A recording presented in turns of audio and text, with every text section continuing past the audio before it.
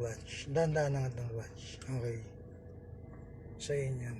So, ganyan yung pagpapaandar niyan. Yung umaandar na, bibilang ka lang 1, 2, then bibitaw mo na yung clutch. Okay. So, ganito. Sa part na papabagali mo, every time na papabagali mo, pwede mo i-brake. Ngayon, kung hinto ka, lubog mo yung clutch. Okay, then brake. Kasi nasa mabagal naman yan. Okay, so traffic ngayon kunyari. Sige, bitaw mo yung brake. Okay, dahan-dahan, angat ng clutch. Pinakamabagal, okay. Lubog mo ulit. Okay, apakan mo yung brake. Hinto. Traffic eh. So yun yun. So yung pagka-preno, hindi tinatadyakan yan. Medyo ano lang, magaan lang talaga dapat. Sige, bitaw ng brake. Angat ng clutch. Kapang. So yan. Sige. Okay, steady mo lang. Okay, lubog mo ulit yung clutch. Then brake. So, ganyan ang traffic, ma'am. So, sagad ng clutch, ma'am. Every time na maghihinto ka, hindi pwede yung naka-hot clutch siya, ma'am. At tipong i-shortcut mo para nandun ka na kagad sa biting point. No, ganun kasi yung laman ng isipan ninyo. Para hindi ka na masyado mag-angat, no? So, hindi dinadaya ang galaw dito, no, ma'am? So, dapat alam mo yung totoong galaw dito. So, ito, ma'am, kaya ka, kahit marami na nag-attempt magturo sa'yo, no? Diba? May mga nagturo na sa'yo, sabi mo, mga driver. Dalawa pa lang naman. Dalawa pa lang. Dalawa. So, nakaikot ka nga, no? Pero, tsambahan lang din. Hindi talaga gumagalaw, di ba? So, ganito.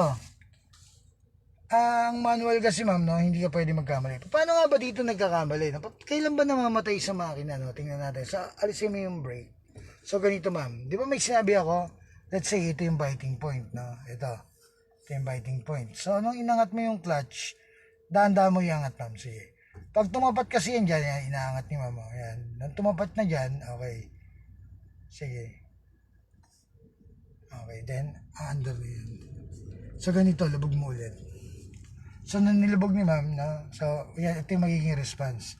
So, hihinto. Paka mo yung brake niyan. Sige, parang minto. Manipis na tapak lang. Ngayon, kailan ba namamatay yung isang manual? Ito yan, ma'am. Lagpasan mo tong biting point, ha. Iangat mo bigla ng lampas sa biting point. Diretso. Say, diretso. Say, diretso. May ma'am, di kayo nakikinig pala eh. So, kinuha niyo biting point, hininto niyo. Ang sabi ko, diretso angat. Diretso bitaw. Diretso angat. Sige. Yan, inaaral yung patayin ang makina. Ang inaaral natin is mamatay ang makina, hindi pa andarin. So, yun yan. Labog mo ulit yung clutch. So, clutch plus gear 1 is equals to neutral. So, hindi mo na kailangan i-neutral pa para i-start. Ilubog mo yung clutch agad, then start mo. Okay na yun. So, ngayon.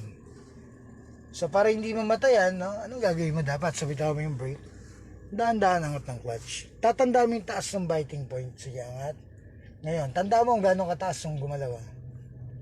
Angat. Okay, lubog mo ulit sagad. Makinig ka, ma'am. Yan.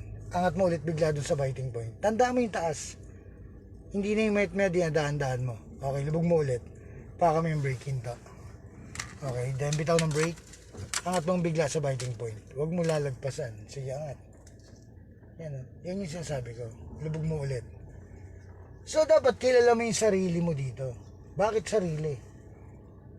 Paka mo yung brake, hinto. Bakit sarili? Grabe kayo magpreno, ma'am. Hindi ganun ang pag-preno, dampi lang. Okay? Sige, bitaw ng brake. Pag sakay sa inyo ng mga ka-office mate nyo, hindi nasasakay yung mga yun. So, kalmado lang, ma'am, no? Kalma lang dito, no? Kailangan dito kasi relax kayo, no? Hindi ka matataranta dapat sa boses ko, talagang kaboses ko si Papa Jack, lalo na pag nagagalit. Sige.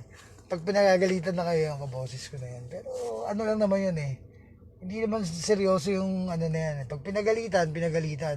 Driving ang topic, bawal magkamali. So pag paulit-ulit yung pagkakamali, pwede tayo magtalo sa harapan ni Senior Pedro. Diba lagi ko nung sinasabi yun? Mukha ba may nagbibiro dyan sa kalsada? Tingin nyo, ma'am? Wala. So hindi ka bibiruin ng mga yan. No? Pag nagkamali ka, no? Pwede sa isang iglap, pwede tayong humarap kay Senior Pedro at magtalo sa harapan nun. So yan. So para hindi tayo magkamali, so dapat malinaw tayo, kalmado tayo. Itong manual, ma'am, hindi nyo makukuha itong galaw na ito kung hindi kayo makakalma. So try mo ikalma yung sarili mo, mas i-relax mo pa. Iisipan mo, then bitaw mo yung brake. Ngayon, tanda mo yung taas niya yung biting point. Sige, angat mo na yung clutch.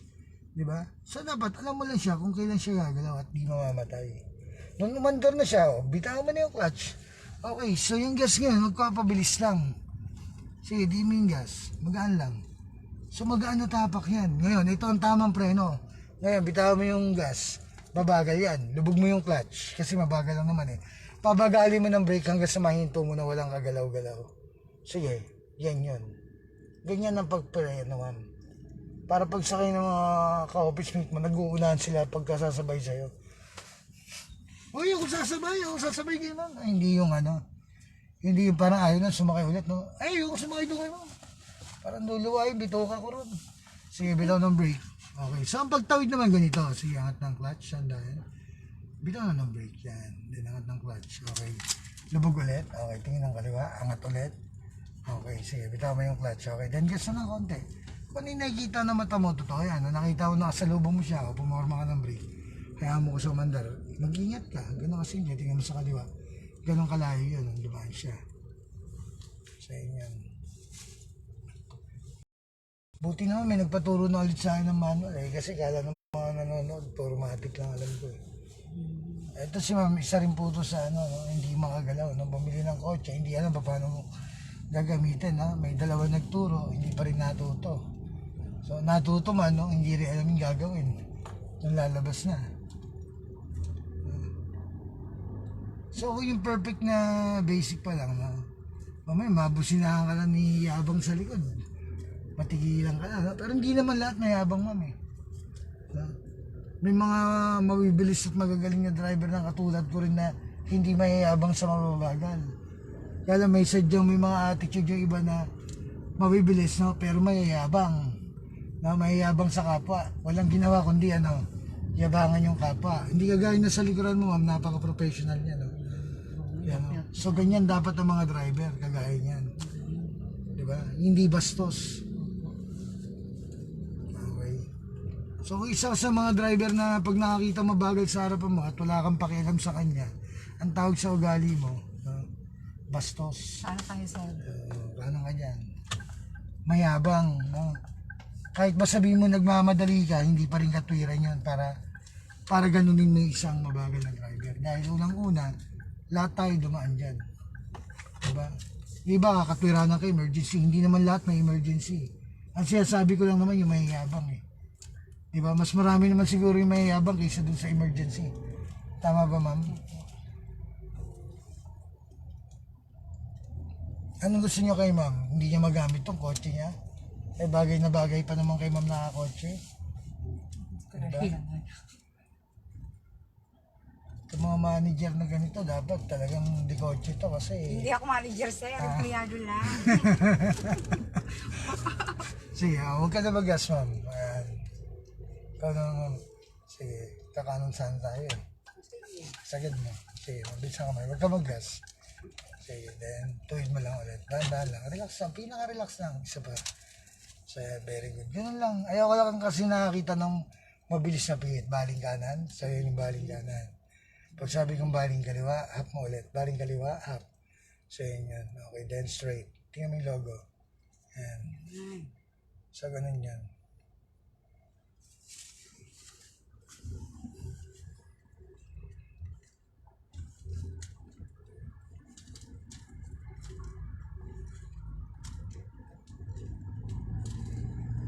So, yung bilis, hindi mo na yung gas. Ganun lang kasimple. So, ganun lang yung pagdadrive, ma'am. Okay.